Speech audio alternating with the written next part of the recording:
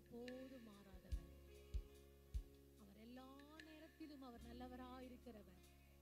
அவர் மகிமை பொருந்தியவர். அவர் மகா பிரிய ராஜாதி ராஜா. ஓ உமக்கு மகிமை செலுத்துகிறோம் ஆண்டவரே. என் நேசர் நீர்தான் ஆண்டவரே. எல்லா சூழ்நிலையிலும் ஆண்டவரே, எல்லாவற்றுக்கும் நீர் பெரியவராய் இருக்கிறபடியா நாங்கள் உம்மை கனப்படுத்துகிறோம் ஆண்டவரே. நாங்கள் உம்மை மகிமைப்படுத்துகிறோம். நீர் ஒருவரே பெரியவராய் இருக்கிறபடியா உம்மை நாங்கள் ஸ்தோத்திரிக்கிறோம் ஆண்டவரே. ஓ உமக்கு ஸ்தோத்திரம் ஆண்டவரே, உமக்கு ஸ்தோத்திரம் அப்பா. நீ நல்லது. எஸ் லார்ட், உம்மை துதிக்கிறோம் ஆண்டவரே. எஸ் நீதானையா நேசிக்கின்றேன் உம்மை தானையா. என் நேசர் நீதானையா நேசிக்கின்றேன் உம்மை தானையா. என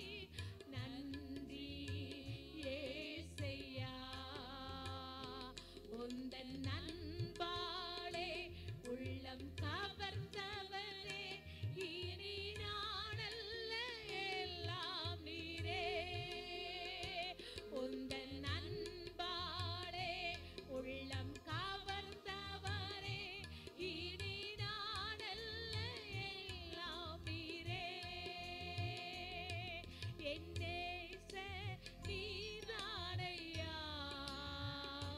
நேசிக்கின்றேன் உம்மை தானையா. எல்லாரும் சொல்லுவோம். என் நேசர் நீதானையா.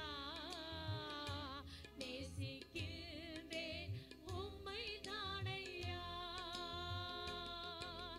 துன்பமோ துயரமோ வேதனையோ உம்மை விட்டு பிரிப்பதில்லை. துன்பமோ துயரமோ வேதனையோ உம்மை விட்டு பிரிப்பதில்லை. உயிருள்ளவரை உம்மை தான் நேசிப்பேன். வேறெதற்கும் நான் அடிமைப்படேன். உயிருள்ளவரை உம்மை தான் நேசிப்பேன். வேறெதற்கும் நான் அடிமைப்படேன். உயிருள்ளவரை உயிருள்ளவரை உம்மை தான் நேசிப்பேன்.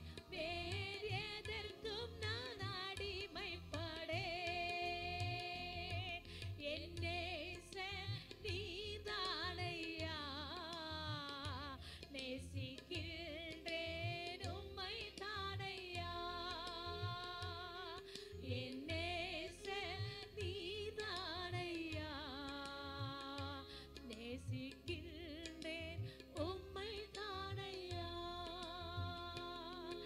என் நேசர் நீதானையா. நேசிக்கின்றேன் உம்மை தானையா. என் நேசர் நீதானையா. நேசிக்கின்றேன் உம்மை தானையா. என் நேசர் நீதானையா.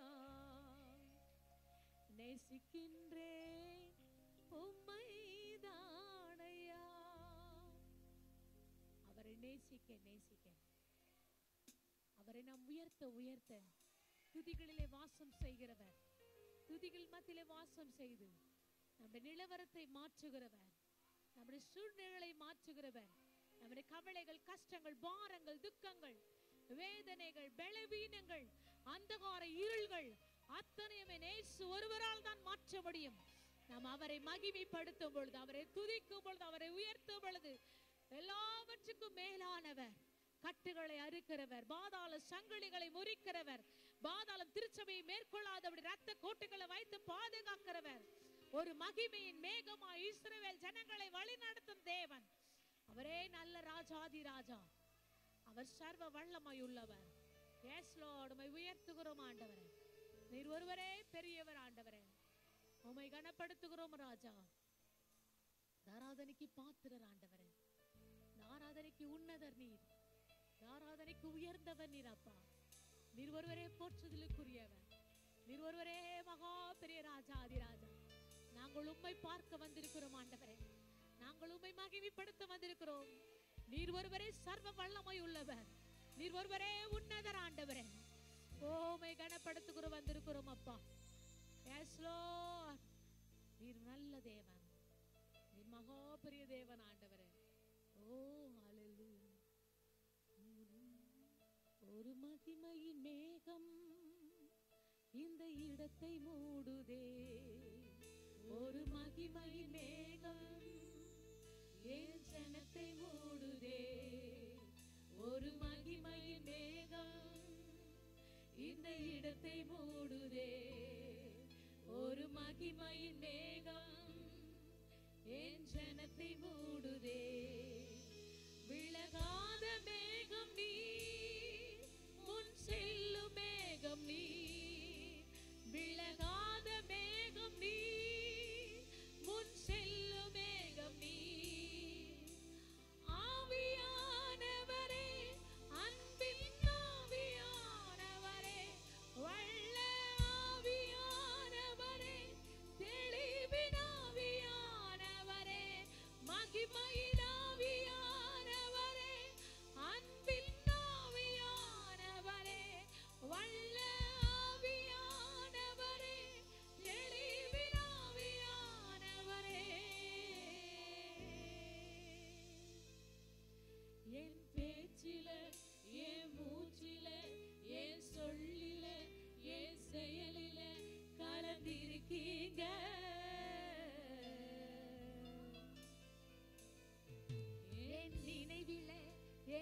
நடத்தையில என் உணர்வில என் உயிரில கலந்திருக்கீங்க.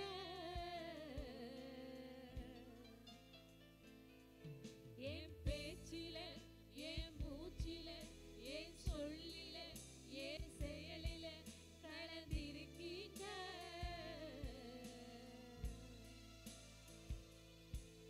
என் நினைவில என் நடத்தையில என் உணர்வில என் உயிரில கலந்திருக்கீங்க.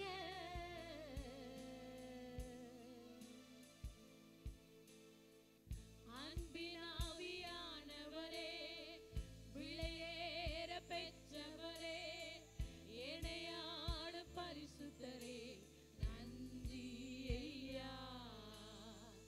அன்பின் ஆவியானவரே, விளையேற பெற்றவரே, இணையாடும் பரிசுத்தரே, நன்றி ஐயா. ஒரு மகிமையின் மேகம் இந்த இடத்தை மூடுதே. ஒரு மகிமையின் மேகம் என் ஜனத்தை மூடுதே. ஒரு மகிமையின் மேகம் இந்த இடத்தை மூடுதே.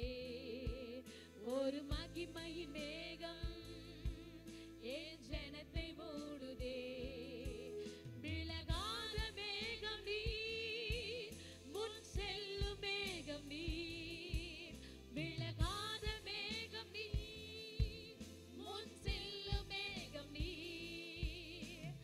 ஆவியானவரே, அன்பின் ஆவியானவரே, வல்ல ஆவியானவரே, தெளிவின் ஆவியானவரே, மகிமையின் ஆவியானவரே, அன்பின் ஆவியானவரே, வல்ல ஆவியானவரே, தெளிவின் ஆவியானவரே. என் பேச்சில என் மூச்சில என் சொல்லில என் செயலில கலந்திருக்கீங்க.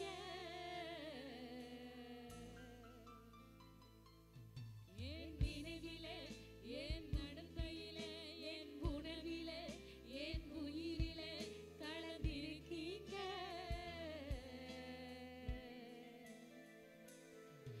என் பேச்சில என் மூச்சில என் சொல்லில என் செயலில கலந்திருக்கீங்க.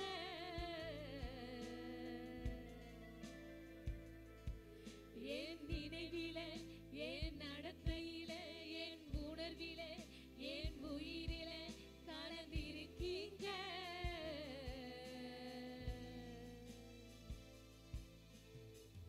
அன்பின் ஆவியானவரே, விளையேற பெற்றவரே, இணையாடும் பரிசுத்தரே, நன்றி ஐயா. அன்பின் ஆவியானவரே, விளையேற பெற்றவரே, இணையாடும் பரிசுத்தரே, நன்றி ஐயா. ஒரு மகிமையின் மேகம் இந்த இடத்தை மூடுதே. கரங்களை உயர்த்தி ஒரு எல்லாரும் ஆண்டவரை பார்த்து சொல்லுங்க. ஆமென். என் ஜனத்தை மூடுதே. ஒரு மகிமையின் மேகம் இந்த இடத்தை மூடுதே. ஒரு மகிமையின் மேகம் என் ஜனத்தை மூடுதே. விலகாத மேகம் நீர், முன் செல்லும்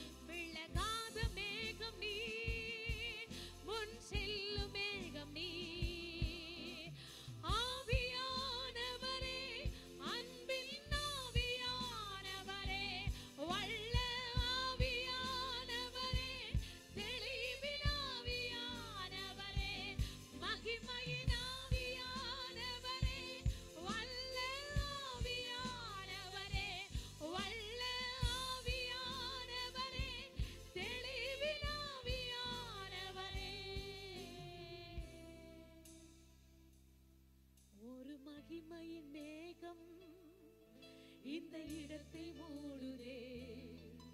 ஒரு மகிமையின் மேகம் என் ஜனத்தை மூடுதே. ஒரு மகிமையின் மேகம் இந்த இடத்தை மூடுதே. ஒரு மகிமையின் மேகம் என் ஜனத்தை மூடுதே. விலகாத மேகம் நீ, முன் செல்லும் மேகம் நீ.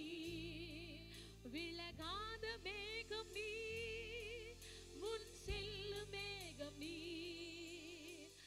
ஆவியானவரே, அன்பின் ஆவியானவரே, வல்ல ஆவியானவரே, தெளிவின் ஆவியானவரே, மகிமையின் ஆவியானவரே, அன்பின் ஆவியானவரே, வல்ல ஆவியானவரே, தெளிவின் ஆவியானவரே.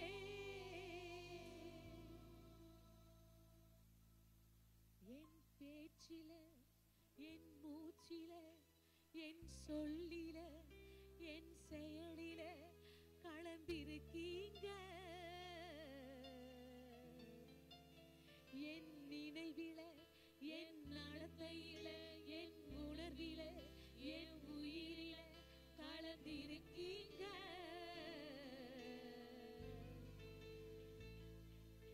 என் பேச்சில, என் மூச்சில, என் சொல்லில, என் செயலில கலந்திருக்கீங்க.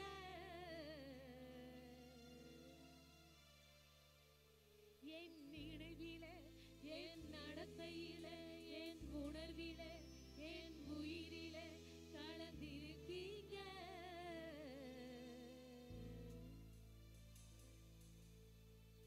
அன்பின் ஆவியானவரே, விலையேற பெற்றவரே, நம்மை ஆளும் பரிசுத்தரே, நன்றி ஐயா. அன்பின் ஆவியானவரே, அன்பின் ஆவியானவரே, விலையேற பெற்றவரே, ஏனையாளும் பரிசுத்தரே, நன்றி ஐயா. அன்பின் ஆவியானவரே, அன்பின் ஆவியானவரே, அவர் எவ்வளவு விலையேற பெற்றவர், எவ்வளவு பெரிய வாக்கியத்தை நமக்கு தேவன் கொடுத்திருக்கிறார், எவ்வளவு பெரிய பொக்கிஷத்தை நாம் பெற்றிருக்கிறோம். எத்தனையோ பேருக்கு கிடைக்காத வாக்கியத்தை என் தேவன் நமக்கு கொடுத்திருக்கிறார். விலையேற பெற்றவரே, ஏனையாரும் பரிசுத்தரே, நன்றி ஐயா. நன்றி ஐயா, நன்றி ஐயா. எஸ் லார்ட், நல்ல தேவன் ஆண்டவரே, நாங்கள் எங்கேயோ இருந்து எங்களை தூக்கி நிறுத்தின தேவன் ஆண்டவரே, ஒன்றுமில்லாத தகுதி இல்லாத எங்களை நாங்கள் உம்மை போற்றி மகிமைப்படுத்த, உம்மை துதிக்க, எஸ் லார்ட், நீ நல்லவராயிருந்தபடியால் உம்மை ஸ்தோத்திரிக்கிறோம், உம்மை மகிமைப்படுத்துகிறோம் ஆண்டவரே. மலை மேல் ஒரு ஓசை கேட்கிறது, நீ நல்ல தேவன் ஆண்டவரே. ஓ, நான் சேற்றில் இருந்தேன், ஒன்றுமில்லாமல் நாறி கிடந்தேன், தூக்கி எடுக்க யாரும் இல்லாமல் இருந்தேன். நீ கண்மலையானவர், மகிமையானவர். எங்கள் ரத்தத்தினாலே கழுவி எங்கள் குறைகள், குற்றங்கள், பாவங்கள் அத்தனையும் நீக்கி போட்டு உம்மை நாங்கள் ஆராதிக்க எங்களை தகுதிப்படுத்தினரே. உமக்கு மகிமை செலுத்துகிறோம் ஆண்டவரே. நீ நல்ல தேவன் ஆண்டவரே. உம்மை மகிமைப்படுத்துகிறோம் ராஜா. மலை மேல் ஓர் ஓசை கேட்குதே, என் நேசர் வரும் தொனியே, கதிரின் வழியாய் அவரின் மலர்ந்த முகத்தை காண்கிறே. மலை மேல் ஓர் ஓசை கேட்குதே, நேசர் வரும் தொனியே, என் நேசர் வரும் தொனியே, கதிரின் வழியாய் அவரின் மலர்ந்த முகத்தை காண்கிறே. என் பிரியமே, நாம்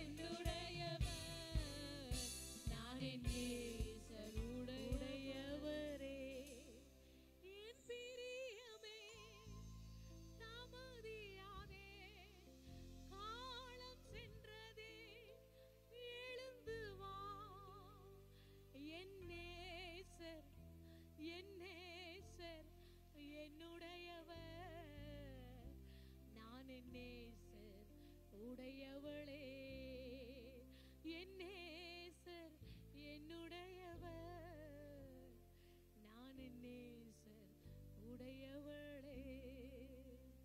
உமக்கே இந்த ஆராதனை ஆண்டவர், ஒருவருக்கே செலுத்துகிறோம். இயேசு கிறிஸ்துவின் நாமத்தில் வாழ்த்துக்கள். மீண்டுமா எஸ்கேஎம் திருச்சபையுடைய லைவ் ஆராதனைக்கு உங்களை இயேசு நாமத்திலே உங்களை அழைக்கிறோம். ஆமென். இந்த காலையிலே நாம் பார்க்க போகிற சப்ஜெக்ட் தொலைவில் ஒரு மலையில், தொலைவில் ஒரு மலையில் என்ற தலைப்பில் ஆதியாம் புஸ்தகத்தில் ஒரு முக்கியமான காரியங்களை நாம் பார்க்க போகிறோம். ஜெபிப்போம். நல்ல ஆண்டவரே, இந்த காலையில் பேசும்போது என்னை மறைத்து என்னை விலக்கி நீங்கள் பேசும் கர்த்தருடைய கிருபை இருக்கட்டும். இயேசு நாமத்திலே ஜெபிக்கிறேன் நல்ல பிதா, ஆமென். ஆதியாம் 24 அதிகாரம் 1 முதல் 14 வரை உள்ள வசனங்கள். ஆதியாகமம் 22 1 14. முதல் வசனம். இந்த காரியங்கள் நடந்த பின்பு தேவன் ஆபிரகாமை சோதித்தார். எப்படி எனில், அவர் அவனை நோக்கி ஆபிரகாமே என்றார். அவன் இதோ அடியேன் என்றான். இந்த புத்தகம் இப்படி ஆரம்பிக்கிறது. இந்த காரியம் நடந்த பிறகு, எந்த காரியம் என்று வாசிக்கும் போது அதுக்கு முன் அதிகாரத்தில் இருக்கிற கடைசியில் சில வசனம் சொல்கிறது. அப்போது ஆபிரகாம் பெத்சேபாவில் ஒரு தோப்பு உண்டாக்கி சதா காலமுள்ள தேவனாகிய கர்த்தருடைய நாமத்தை அவ்விடத்தில் தொழுது கொண்டான். ஆபிரகாம் பெலிஸ்துடைய தேசத்தில் அநேக நாள் தங்கியிருந்தான் என்று வாசிக்கிறோம். ஆங்கில பைபிள் வாசிக்கிறோம். few years he stayed there. அநேக ஆண்டுகள் அந்த இடத்துல ஆபிரகாம் தங்கியிருந்ததாக சொல்கிறது. ஆபிரகாம் மற்றும் சாரால் ஈசாக்கோடு கூட அங்கே தங்கியிருந்தான்னு அதை நாம் பார்க்குறோம். பிறகுதான் நாம் இந்த சரித்திர இந்த இந்த நிகழ்வுக்குள்ளே நாம் வருகிறோம். அப்போது தேவன் ஆபிரகாமை சோதித்தார். ஆங்கிலத்தில் டெஸ்டட். நமக்கு தெரியும் தேவன் ஆபிரகாமை சோதிக்கிறார் என்று, ஆனால் ஆபிரகாமுக்கு தெரியாது தேவன் அவனை சோதிக்கிறார் என்று. அதான் முக்கியமான ஒரு காரியம். விசேஷமாக நம்முடைய வாழ்க்கையில் நடக்கிற காரியம்லாம் நமக்கு தெரியாது, ஆனால் ஆண்டவர் என்ன செய்கிறார் என்று அவருக்கு தான் அது தெரியும் என்று வேதமுக்கு கூறுகிறது. ஒருவர் எழுதுகிறார், அதாவது சாத்தான் உங்களில் உள்ள மோசமான காரியங்களை வெளியில் கொண்டு வர உன்னை தூண்டுகிறான் உங்களை, ஆனால் உங்களில் உள்ள சிறந்ததை வெளியில் கொண்டு வர தேவன் உங்களை சோதிக்கிறார். ஆண்டவர் கூப்பிடும்போது அப்போ ஆபிரகாம் சொல்கிறார். ஆபிரகாம் என்று கூப்பிடும்போது இதோ அடியன்னு சொல்கிறார். தேவன் சொன்ன உடனே மறுமொழி வார்த்தை, ஆண்டவரே இதோ நான் இருக்கிறேன் என்று அப்புறம் ஆபிரகாம் சொல்வதை வாசிக்கிறோம். 2ஆம் வசனம். அப்போது கர்த்தர் அவன் நோக்கி, உன் புத்திரனும் உன் ஏகசுதனும் உன் நேசகுமாரனாகிய ஈசாக்கை நீ இப்போது அழைத்து கொண்டு மோரியா தேசத்துக்கு போய் அங்கே நான் உனக்கு குறிக்கும் மலை ஒன்றில் மேல் அவனை தகன பலியிடுவாயாக என்று கர்த்தர் சொல்கிறார். யாரும் சொல்லக்கூடாத ஒரு காரியங்கள், செய்யக்கூடாத ஒரு காரியங்களை தேவன் ஆபிரகாமிடத்தில் சொல்வதை நாம் வாசிக்கிறோம். என்ன சொல்கிறார்? உன் புத்திரன் உன்னுடைய மகன் ஈசாக்கை நீ அழைத்து கொண்டு புறப்பட்டு நீ போகன்னு சொல்கிறான். ஒன்று நாம் நினைவில் கொள்ள வேண்டிய காரியமானது, when we move God give details. நாம் நகரும்போது தான் தேவன் விவரங்களை தருகிறார். ஒரு காரியத்தை நாம் தேவன் சொல்லும்போது நாம் அதற்கான ஸ்டெப் கிரியேஷன், அப்போ தான் தேவன் அதுக்கான விவரங்களை அவர் கொடுக்குறார். வசனம் சொல்லுகிறது என்ன சொல்கிறார்? நீ இப்பொழுது அழைத்து கொண்டு மோரியா தேசத்துக்கு போ. நாளைக்கு அல்ல, அடுத்த வாரம் அல்ல, டுடே, இன்று நீ அழைத்து கொண்டு மோரியா தேசத்துக்கு நீ போக வேண்டும். நான் உனக்கு குறிக்கும் மலை ஒன்றில் மேல் அவனை தகன பலியாக இடுவாயாக. இதை நான் பார்க்கும்போது it was not a command but a conversation. அது ஒரு கட்டளை அல்ல, மாறாக ஒரு உரையாடல். ஆபிரகாமுக்கு தேவன் கட்டளை கொடுக்கவில்லை, ஒரு உரையாடல் சொல்கிறார், இப்படி நீ செய்ய வேண்டும் என்று. அப்போது வேதம் என்ன செய்கிறாங்க? ஆபிரகாமுக்கு தேவன் சொல்லி வாசிக்கிறோம். இதுதான் அப்போஸ்தலனாகிய பவுல் ரொம்ப அழகாக அவர் எழுதுகிறார். பவுல் ரோமருக்கு எழுதும்போது சொல்லுகிறார், 8ஆம் அதிகாரம் 28ஆம் வசனம், 8:28, தேவனிடத்தில் அன்பு கூறுவர்களுக்கு சகலமும் நன்மைக்கு எதுவாக நடக்கிறது அறிந்திருக்கிறோம். ஆண்டவரை நாம் நேசிக்கும் போது ஒருவேளை நம்முடைய பார்வையில் அது நமக்கு சந்தோஷத்தை கொடுக்காதது போல காணப்பட்டால் கூட அவரிடத்தில் நாம் அன்பு கூறும்போது சகலமும் நன்மைக்காக நடக்கும் என்று நாம் விசுவாசிக்க வேண்டும் என்று அங்கே பவுல் எழுதுவதை வாசிக்கிறோம். ஓகே, மீண்டுமாக 22ஆம் அதிகாரம் வரலாம். ஆதியாகமம் 3ஆம் வசனம். 3ஆம் வசனம் இருக்கிறது, அப்போது தேவன் சொன்ன உடனே ஆபிரகாம் தேவனை பார்த்து, ஆண்டவரே,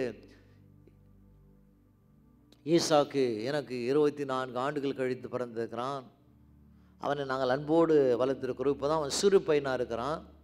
அவனுக்கு ஒரு 8-10 வயதுக்குள்ளே இருக்கும். இவனை நான் எப்படி அழைத்து கொண்டு, இவன் தான் எங்கள் எதிர்காலம் நினைத்திருக்கிறோம், இவனை எப்படி நாங்கள் அழைத்து கொண்டு பலி செலுத்த போகிறோம் என்று ஆபிரகாம் எந்த விதமான வார்த்தை சொல்லாமல், அடுத்த வசனம் வாசிக்கிறோம், 3ஆம் வசனம். ஆபிரகாம் அதிகாலையில் எழுந்து தன் கழுதையின் மேல் சேனங்கட்டி தன் வேலைக்காரர் 2 பேரையும் தன் குமாரர் ஈசாக்கையும் கூட்டிக் கொண்டு தகன பலிக்கு கட்டைகளையும் பிளந்து கொண்டு தேவன் தனக்கு குறித்த இடத்துக்கு புறப்பட்டான். இரவெல்லாம் ஆபிரகாம் தூங்கி இருக்க மாட்டான். பயணம் குறித்து யோசிக்கிறான். ஒரு நீண்ட பயணம் போகிறோம், மன உளைச்சல். தன்னுடைய மகனை பலி செலுத்த வேண்டும், ஆண்டிற்கும்ன்றதாக பலி செலுத்த வேண்டும் என்று ஒரு பெரிய ஒரு ஒரு ஒரு ஒரு ஒரு ஒரு காரியம், ஒரு நோக்கம். மகனை என்ன செய்கிறான், அழைத்து கொண்டு நான் போகணுமே, அவனை எப்படி அந்த பலிபீடத்து மேலே கை கால்களை கட்டி எப்படி அவனை பலி செலுத்த போகிறோம் யோசிக்கிறான். அதே வேளையில் ஆண்டவர் தனக்கு சொன்ன ப்ராமிஸ் சத்தியம் என்னமாக போகிறது, உடைய வம்சங்கள் இவ்வளவாக இருக்கும், வானத்து நட்சத்திரங்களை போல் இருப்பாங்க, கடற்கரை மலையில் போல் இருக்கும் என்று தேவன் சொன்ன அந்த ப்ராமிஸ் வாக்குத்தத்தம் என்ன ஆனது என்பதை ஆபிரகாம் ஒருபுறமாக யோசிக்கிறான். ஆனால் ஒருத்தர் எழுதுகிறார், God is preparing you today for what you will face tomorrow. நாளை நீங்கள் எதிர்கொள்வதற்காக இன்று உங்களை தேவன் தயார்படுத்துகிறார். நாளைக்கு இதெல்லாம் நமக்கு நடக்க போகிறது என்பதற்காக இன்று தான் கர்த்தர் நம்மை ஆயத்தப்படுத்துகிறார். ஆபிரகாமுக்கு தெரியும், ஆனால் கூட வருங்காலத்தில் எப்படியெல்லாம் ஆபிரகாமை தேவன் ஆசீர்வதிக்க போகிறார் என்பதற்கு அடையாளமாக ஆண்டவர் அவனை தயார்படுத்துகிறார். 4ஆம் வசனம். 3ஆம் நாளிலே ஆபிரகாம் தன் கண்களை எடுத்து பார்த்து தூரத்தில் அந்த இடத்தை பார்க்குறான். 3 நாள் பயணம். 3 நாள் பயணத்துக்கு பிறகு வசனம் சொல்லுகிறது, ஆபிரகாம் தன்னுடைய கண்களை ஏறெடுத்து அந்த இடத்தை பார்க்குறான். அது அந்த மோரியா மலை. மோரியா மலையும் கொல்கத்தா மலையும் பக்கத்தில் உள்ள மலைகள் தான், சில அடி தூரம் தான். மோரியா மலை ஆபிரகாம் ஈசாக்கை பலி செலுத்தின இடம். கொல்கத்தா மலை என்பது இயேசுவை சிலுவையில் அறியப்பட்ட இடம், அதாவது பலி செலுத்தின இடம் என்று நாம் வாசிக்கிறோம். இது ஒரு சாயலாக இருப்பதை நாம் அங்கே பார்க்குறோம். 3 நாள் பயணித்த பிறகு என்ன செய்கிறான், அந்த மலை இடத்துல வருகிறான். வந்த பிறகு சொல்கிறான் 5ஆம் வசனத்தில், அப்போது ஆபிரகாம் தன் வேலைக்காரன் நோக்கி, நீங்கள் கழுதியை நிறுத்தி இங்கே காத்திருங்கள். சொல்கிறேன், நீங்கள் 2 பேரும் இங்கே இருங்க, நானும் பிள்ளையாண்டானும் மகனும் அவ்விடம் மட்டும் போய் தொழுது கொண்டு உள்ளத்தில் திரும்பி வருவோம் என்றான். அப்போது ஆபிரகாம் தன் வேலைக்காரை பார்த்து சொல்கிறான், நீங்கள் இந்த கழுதைகளோடு கூட இங்கே காத்திருங்க, ஸ்டே ஹியர். நானும் பிள்ளையாண்டானும் என் மகனும் அவ்விடம் மட்டும் போய் அந்த மலைக்கு மேலே போய் என்ன தொழுது கொண்டு உள்ளத்தில் திரும்பி வருவோம் என்றான். எப்படி ஆபிரகாம் சொல்கிறானோ அந்த கழுதைகளோடு இங்கே காத்து, அதே போல் வாழ்க்கையில் நம்ம ஆண்டவரை நோக்கி நாம் போகும்போது நம்முடைய உலகத்தின் காரியங்கள்லாம் ஒரு பக்கமாக வைத்து விட்டு கட்டி வைத்து நாம் தேவனை நோக்கி நாம் போக வேண்டும் என்று வேதம் நமக்கு போதிக்கிறது. என்ன சொல்கிறான், தொழுது கொண்டு உள்ளத்தில் திரும்பி வரும். ஆங்கிலத்தை வாசிக்கிறோம், to worship we will come back. அவன் தொழுது கொள்ள போகலை, பலி செலுத்த போகிறான். பலி செலுத்துகிறதை தொழுது கொள்வதற்காக, தொழுது கொள்கிற இந்த அற்புதமான இந்த வார்த்தையை ஆபிரகாம் மட்டும் சொல்வதை நாம் வாசிக்கிறோம். தொழுது கொண்டு மீண்டுமாய் நாங்கள் திரும்பி வரோம். எப்படி மீண்டும் 2 பேர் திரும்பி வர முடியும்? ஒரு ஈசாக்கை பலி செலுத்தின பிறகு ஆபிரகாம் மட்டும்தான் கீழே இறங்கி வர முடியும், ஒருத்தர் தான் உயிர் போனது. ஆனால் இவன் சொன்ன வார்த்தை என்ன, நாங்கள் இருவரும் மீண்டுமாய் திரும்பி வருவோம் என்று ஆபிரகாம் சொன்னதை வாசிக்கிறோம். Worship is giving to God what you love. நீங்கள் விரும்புகிறதை ஆண்டவருக்கு கொடுப்பது தான் வழிபடுதல், தொழுது கொண்டிருக்கார். நாம் விரும்புகிற காரியத்தை கற்றுக் கொடுக்குற காரியம் தான் வழிபடுகிற முக்கியமான காரியம்.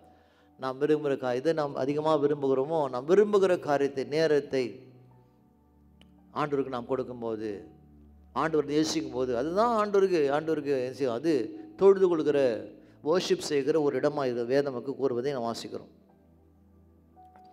மீண்டுமாக 6ஆம் வசனம். ஆபிரகாம் தகன பலிக்கு கட்டைகள் எடுத்து தங்களுடைய குமாராக ஈசாக்கின் மேலே வைத்து தன் கையினாலே நெருப்பையும் கத்தியும் எடுத்துக்கொண்டு இருவனும் புறப்பட்டு போனாங்க. ஆபிரகாம் என்ன செய்யறான், தன்னுடைய குமாரனை கையில் பிடித்து அந்த பையன் தோல் மேலே கட்டைகளை வைத்து இருவரும் என்ன செய்கிறாங்க, அந்த மலை மேலே போகிறாங்க. ஈசாக் தன் தகப்பனோடு போகிறான். இதில் நாம் புரிந்து கொள்ள வேண்டிய காரியம் என்ன, 2 பேரும் அந்த மலை மேலே போகிறாங்க. மலை மேலே போகும்போது அப்போது அந்த பையன் கேட்குறான் அப்பா பார்த்து, அதற்கு நெருப்பும் கட்டையும் இருக்கிறது, தகன பலிக்கு ஆட்டுக்குட்டி எங்கே என்றான். அப்போது பையன் கேட்குறான், அப்பா நம்ம கட்டை இருக்கிறது, நெருப்பு இருக்கிறது, கத்தி இருக்கிறது, பலி செலுத்த ஆட்டுக்குட்டி எங்கே என்று. அப்போது மகன் தன் தகப்பனை பார்த்து கேட்குறான். தகப்பனை கேட்கும்போது அப்போது ஆபிரகாம் சொல்லுகிறான், என் மகனே, தேவன் நமக்காக தகன பலியாக ஆட்டுக்குட்டியை பார்த்து கொள்வார் என்றார். அப்புறம் இருவரும் கூடி போனாங்க. அப்போது ஆபிரகாம் சொல்கிறான் மகனை பார்த்து, கர்த்தர் பார்த்து கொள்வார், காட் வில் ப்ரொவைட். இன்னும் ஆண்டு கொடுக்கல, இன்னும் தரவில்லை, இன்னும் கிடைக்கல, விசுவாசமாக சொல்கிறான். இன்னும் கிடைக்காமல் இருந்தாலும் வராமல் இருந்தாலும் கர்த்தர் பார்த்து கொள்வார்னு விசுவாசமாக ஆபிரகாம் தன் மகனோடு சொல்லி வாசிக்கிறோம்.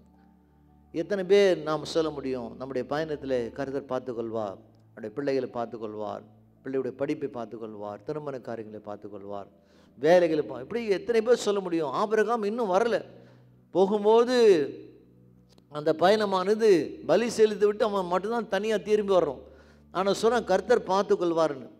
எத்தனை பேர் பிள்ளைகளை ஆபிரகாம் தன் மகனை அழைத்து கொண்டு போவது போல எத்தனை பேர் நம் பிள்ளைகளை ஆண்டவரை ஆராதிக்க நாம் அழைத்து வருகிறோம். யோசித்து பார்க்க வேண்டும். அப்படி நாம் நம்முடைய பிள்ளைகளை ஆராதனைக்கு நாம் அழைத்து வருவோமானால் என்ன செய்வாங்க, இந்த பிள்ளைகளும் பக்தியிலே அவர்கள் வளருவார்கள். இது ஒரு பக்கமாக நடக்கும்போது என்ன செய்வாங்க, ஒரு பக்கமாக அங்கே தூதர்கள்லாம் கீழே பார்ப்பாங்க. இது ஆபிரகாமுக்கு நடக்கிற ஒரு விசுவாசமான ஒரு டெஸ்ட், ஒரு சோதனை. இந்த சோதனையிலே ஆபிரகாம் ஜெயிக்க போகிறானா இல்லை தோற்று போக போகிறான் என்று பரலோகம் தூதர் பார்க்குறாங்க. நம்முடைய வாழ்க்கையில் சோதனை வரும்போது திரளான சாட்சிகள் நம்ம பார்க்குறாங்க. இந்த சோதனையில் நாம் ஜெயிக்க போகிறோமா தோற்று போகிறோமா. அப்போது மிக முக்கியமான இறுதி கட்டத்துக்கான இந்த பயணம், இந்த டெஸ்ட், இதில் சோதனையிலே ஆபிரகாம் ஜெயிப்பானா ஒரு கேள்விக்குறியான ஒரு காரியம். பின்பு ஆபிரகாம் என்ன செய்கிறான், அவனுக்கு சொல்லியிருந்த இடத்துக்கு அவர்கள் வந்தார்கள். அந்த மோரியா மலை மேலே வந்த பிறகு கீழே இருக்கிற கல்லெல்லாம் எடுத்து அடைக்கினான். அந்த கல்லுக்கு மேலே கொண்டு வந்த கட்டையெல்லாம் அடுக்கி வைத்தான். அடுக்கி வைத்த பிறகு அந்த ஆபிரகாம் ஒரு பலிபீடத்தை உண்டாக்கி கட்டைகள் அடுக்கி தன் குமாரனாகி ஈசாக்கை கட்டி அந்த பலிபீடத்தின் மேலே அடுக்கிய கட்டையின் மேலே அவனை கிடைத்தினான், படுக்க வைத்தான். கல்லெல்லாம் அடக்கிட்டான், மேலெல்லாம் விறகெல்லாம் வைத்திருக்கிறான். ஒரு பெட்டு போல் இருக்குது. தன்னுடைய மகனை, ஒரே மகனை காத்திருந்து 24 ஆண்டுகள் விசுவாசமாய் காத்திருந்து பெற்ற அருமையான ஒரு பையன், நேசிக்கிற ஒரு பையன். 8-10 வயதாக இருக்கிறது. கைகளையும் கால்களையும் கட்டி அந்த கட்டையின் மேலே ஆபிரகாம் அவனை படுக்க வைக்கிறான். இறுதி கட்டம் வரையும் விசுவாசிக்கிறான், கர்த்தர் பார்த்து கொள்வாரன். நம்முடைய வாழ்க்கையில் ஒரு வாரம் நமக்கு வாழ்க்கையில் சோர்ந்து போகிறோம், ஒரு மாதத்தில் சோர்ந்து போகிறோம், நம்முடைய ஜெபங்கள் கேட்கப்படவில்லை, சோர்ந்து போகிறோம், நம்முடைய விண்ணப்பத்துக்கு பதில் வரல, ஆராதனைக்கு வர யோசிக்கிறோம், வேதத்தை வாசிக்க மறந்து போகிறோம், ஜபிக்க என்ன செய்கிறோம், பின்வாங்குகிறோம். கூட கடைசி கட்டம் வரைக்கும் எல்லாம் முடிய போகிறது. இன்னும் அடுத்த கட்டம் என்ன, இன்னும் சில நிமிஷத்தில் கத்தி எடுத்து தன் மகனை வெட்ட போகிறான், கொலை செய்ய போகிறான், பலி செய்ய போகிறான். இன்னும் கூட விசுவாசிக்கிறான், கர்த்தர் பார்த்துக்கொள்வாருன்னு. இறுதி கட்டம் நிகழ்வை நாம் பார்க்குறோம். இப்போது பரலோகம் பார்க்குறாங்க. இந்த இறுதி கட்ட இந்த டெஸ்ட், இந்த சோதனையிலே ஆபிரகாம் ஜெயிக்க போகிறான்னு பரலோகம் பார்க்குறது. அப்போது பின் ஆபிரகாம் தன் குமாரனை வெட்டும்படியாக தன் கையை நீட்டி கத்தி எடுத்தான். அப்போது இடுப்பில் வைத்திருக்கிற கத்தி எடுத்து தன்னுடைய மகனை வெட்ட போகிறான். ஃபைனல், கடைசி நிகழ்வு. இந்த நேரத்தில் கூட விசுவாசிக்கிறான், என் தேவன் என்னை கைவிட மாட்டார் என்று கடைசி நேரம் விசுவாசிக்கிறான். அதனால தான் பைபிள் சொல்லுது ஆபிரகாம் விசுவாசின் தகப்பன் என்று. விசுவாசிகளாக இருக்கிற நாம் இப்படி தான் விசுவாசம் என்பது கடைசி நேரத்து வரையும் அவர் விசுவாசிக்கிறோம். ஆண்டவர் கடைசி நேரத்தில் கூட அவர் அற்புதத்தை செய்ய ஒரு நல்லவராக இருப்பார். 11ஆம் வசனம், அப்போது கர்த்தருடைய தூதனானவர் வானத்திலிருந்து ஆபிரகாமே ஆபிரகாம் என்று கூப்பிட்டார். எப்போதெல்லாம் வேதத்தில் ஒரு பெயர் 2 முறை சொல்லப்படுகிறதோ அப்போது நாம் நினைக்க வேண்டிய காரியம் என்ன, ஏதோ ஒரு பெரிய அற்புதத்தை கர்த்தர் செய்ய போகிறார். அவனை அழைக்கும் போது ஆபிரகாமே என்று அழைத்தார், நீ புறப்பட்டு போ என்று சொன்னார். இப்போது 2 முறை ஆபிரகாமே ஆபிரகாமின் 2 முறை ஒரு சொல், ஒரு பெயர் 2 முறை உச்சரிக்கப்படும் போது அப்போது ஒரு பெரிய அதிசயம் நடக்கும் என்று வேதத்திலே நாம் பல இடத்துல வாசிக்கிறோம். என்ன சொல்கிறாங்க? அப்போது ஆபிரகாமே ஆபிரகாமின் கூப்பிட, அவன் இதோ அடியன் தான், இதோ ஆண்டவரே என்று ஆபிரகாம் பதில் சொல்கிறான். சொன்ன உடனே அடுத்த வசனம், அப்போது அவர் பிள்ளையாண்டான் மேல் உன் கையை போடாது, அவனுக்கு ஒன்றும் செய்யாது, நீ அவனை உன் புத்திரன் என்றும் உன் ஏக சுகன் என்று பாராமல் எனக்காக ஒப்பு கொடுத்தபடினா நீ தேவனுக்கு பயப்படுற என்று இப்போது நான் அறிந்திருக்கிறேன். அப்போது ஆண்டவர் சொல்கிறார் அவனை பார்த்து, ஆபிரகாமே, இப்போது உன் மகன் மேலே அந்த கத்தியை போடாது, நீ தேவனுக்கு பயப்படுகிறவன் என்று இப்போது நான் அறிந்திருக்கிறேன். ஆபிரகாம் கருத்து சொல்கிறார், சாட்சி சொல்ல வேண்டும் வாசிக்கிறோம், ஆனால் இப்போ தான் பார்க்குறோம். கர்த்தரே சொல்கிறார், நீ ஆண்டவருக்கு பயப்படுகிற ஒரு தாசன் என்று இப்போது நான் அறிந்திருக்கிறேன். ஆண்டவர் நம்மை பார்த்து சொல்லணும், நம்ம ஆண்டவருக்கு பயப்படுற மகளாய் நாம் இருக்கிறோம் என்று நம்மை குறித்து தேவன் சாட்சி சொல்ல வேண்டும். ஜனங்கள் சொல்வதை காட்டிலும் ஆண்டவர் சொல்லணும், நம் கர்த்தருக்கு நாம் பயப்படுறோம். அப்படியான ஒரு சாட்சி ஆபிரகாம் பெற்றான். 13ஆம் வசனம், ஆபிரகாம் தன் கண்களை ஏறெடுத்து பார்க்கும்போது இதோ பின்புறத்திலே புதரிலே ஒரு கொம்புகள் சிக்கி கொண்டிருக்கிற ஒரு ஆட்டுக்கடாவை கண்டான். அப்போது ஆபிரகாம் போய் கடாவை பிடித்து அந்த அதை தன் குமாரனுக்கு பதிலாக தகன பலியிட்டான்.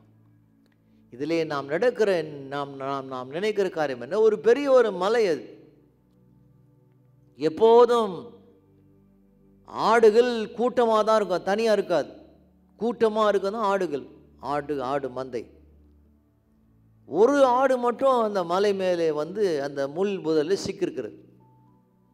என்ன சொல்கிறாங்க இதை குறித்து? இந்த பக்கமாக ஆபிரகாம் விசுவாசமாக ஏறும்போது மலை மேலே, இந்த பக்கமாக ஒரு ஆடு அந்த மலை மேலே தானாக போனது. நம்முடைய வாழ்க்கையில் ஆண்டவரை நோக்கி விசுவாசமாக நாம் போக போக தான் வெற்றி இந்த பக்கமாக தானாக வரும். ஆண்டவர் நோக்கி விசுவாசமாக பயணம் எடுக்கும் போது தான் இந்த பக்கமாக நம்ம தேவைகளை சந்திக்க கர்த்தர் என்ன செய்வார்? அதுக்கான காரணம் செய்வார். எப்போதுமே ஆடு ஒருத்தில் சிக்கிக்கொள்வோமானால் சும்மா இருக்காது, கதறும், எப்படியாவது அந்த முள்ளிருந்து தப்பித்து போக வேண்டும். ஆனால் இந்த ஆடு அங்கே அமைதியாக இருந்ததாக வேதம் போதிக்கிறது. அப்போது ஆபிரகாம் அந்த ஆட்டை பிடித்து தன் மகனை இருந்த இடத்துல அந்த ஆட்டை வைத்து தேவனுக்காக பலி செலுத்தினான் என்று சொல்கிறது. நம் ஆண்டவருக்காக விசுவாசத்தோடு நாம் நடப்போமானால் அப்போது நமக்காக நம்ம தேவைகளை தேவன் சந்திப்பார். தொலைவிலே ஒரு மலை, அந்த மலையில் நடந்த நிகழ்ச்சி தான் இந்த வேதம் நமக்கு போதிக்கிறது. அடுத்த வசனத்தை வாசித்து நாம் முடிக்கலாம். 14 வசனம், ஆபிரகாம் அந்த இடத்துக்கு யெகோவா ஈரே என்று பெயரிட்டான். ஏன் பெயரிட்டான்?